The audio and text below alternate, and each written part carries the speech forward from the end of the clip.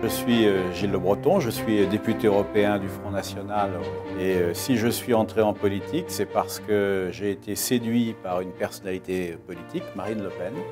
Et lorsqu'elle a accédé à la présidence du Front National en 2011, je me suis dit qu'il fallait que moi aussi j'assume mon souverainisme et que j'aide mon pays. Oui, alors les gens sont parfois surpris de savoir qu'un souverainiste comme moi puisse siéger dans un Parlement européen qui symbolise justement tout ce qu'on veut renverser. Mais précisément, c'est là tout notre rôle, c'est que nous sommes là pour combattre de l'intérieur ce monstre qu'est l'Union européenne. Et donc on ne s'en prive pas et je suis très heureux moi quand je suis là parce que j'ai vraiment le sentiment de remplir au mieux mon mandat électoral, de défendre ici le peuple français. J'ai fait toute ma carrière comme universitaire, j'ai occupé toutes les fonctions qu'un professeur peut rêver d'occuper à l'université. J'ai notamment été doyen de faculté pendant 5 ans, j'ai dirigé un laboratoire de recherche donc reconnu par l'État avec des fonds publics pendant 11 ans. J'ai dirigé une école doctorale qui regroupait 3 universités, les universités de Rouen, du Havre et de Caen, pendant 4 ans. J'ai mis un point d'honneur à rester professeur et à me présenter à des élections professionnelles que j'ai gagnées. Ici, la commission dans laquelle je siège plus particulièrement, c'est la commission des affaires juridiques. Dans cette commission-là, j'ai particulièrement combattu le TAFTA. Ça a été mon œuvre majeure, en fait.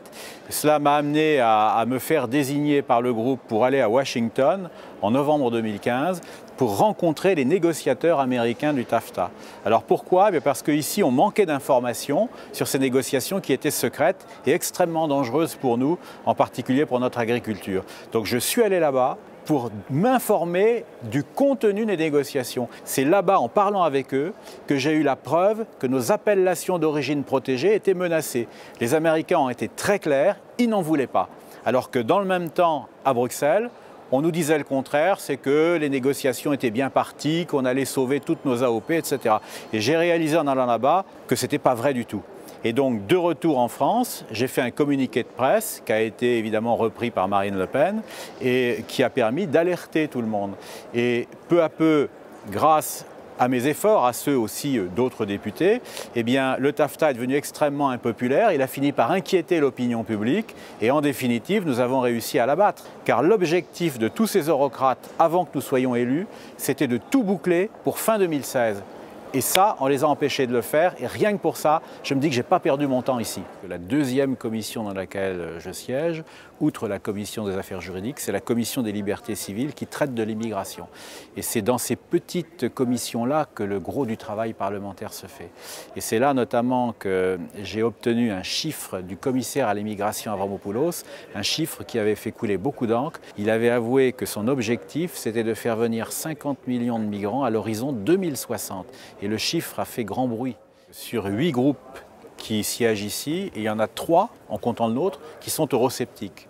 Avec le Brexit, avec l'élection de Trump à la présidence américaine, on sent bien que les peuples sont maintenant dans une perspective souverainiste. On a de plus en plus de poids et encore aujourd'hui, dans la commission des affaires juridiques, je trouve qu'on a écouté mes propos avec beaucoup plus d'attention qu'au début de mon mandat. Donc c'est très bon signe. Et oui, hélas, je passe beaucoup de temps loin de mes bases. Ça, c'est un peu ennuyeux pour la vie familiale, puis aussi pour les hobbies. Moi, j'aimais beaucoup le tennis, par exemple. Je suis un compétiteur, moi, pas seulement en politique, mais en sport aussi. J'adorais faire des tournois. Et j'ai réussi à en gagner un tout petit tournoi, tout à fait improbable, qui était la Consolante de Bolbec, il y a quelques années. Et ce que j'aime bien dire pour qualifier le niveau de ma performance, c'est que c'était sans doute le plus petit tournoi officiel du monde que j'ai gagné, l'année où Nadal a gagné le plus grand du monde, qui était Wimbledon.